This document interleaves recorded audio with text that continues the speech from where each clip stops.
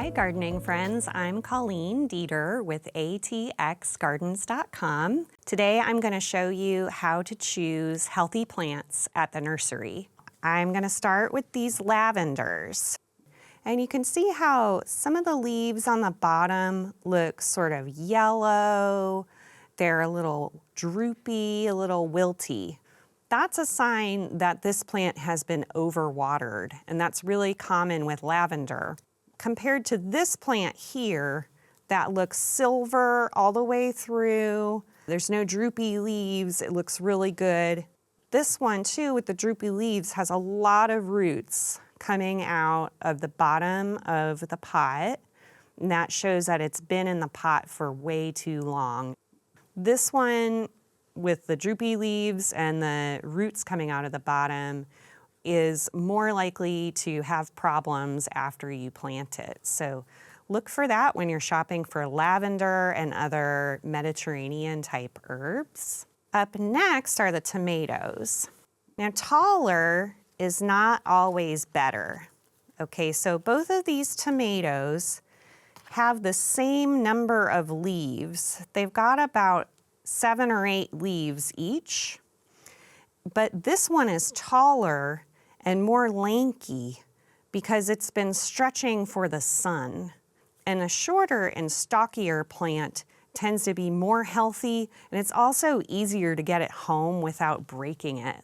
Up next, I've got this dill plant that looks really sad. So it should be green all the way through.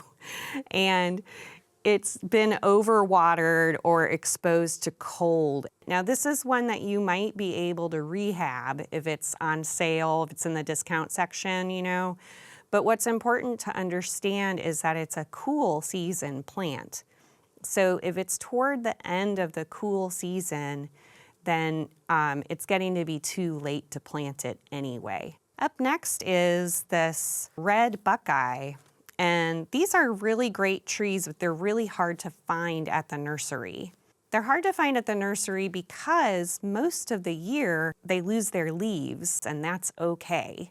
Just look for this healthy bud at the end of the stem. When they bloom in the spring, they're really, really beautiful. Last, I have this arugula. Again, taller is not always better. So arugula is a cool season plant, and it tastes good when it's short. And toward the end of the season, it will start to bolt, which means it goes into reproductive mode, which means instead of making delicious leaves, it sends up a tall stalk like this with flowers on it, and then the plant doesn't taste as good.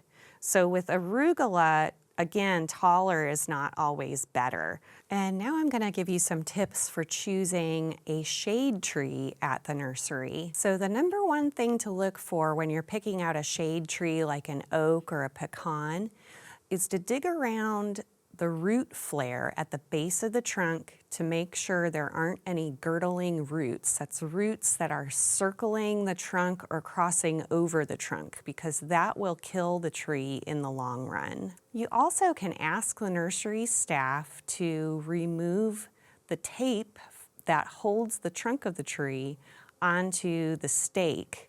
That way you'll be able to tell if the tree can stand up on its own or not, or if it's going to flop over. For Backyard Basics, I'm Colleen Dieter.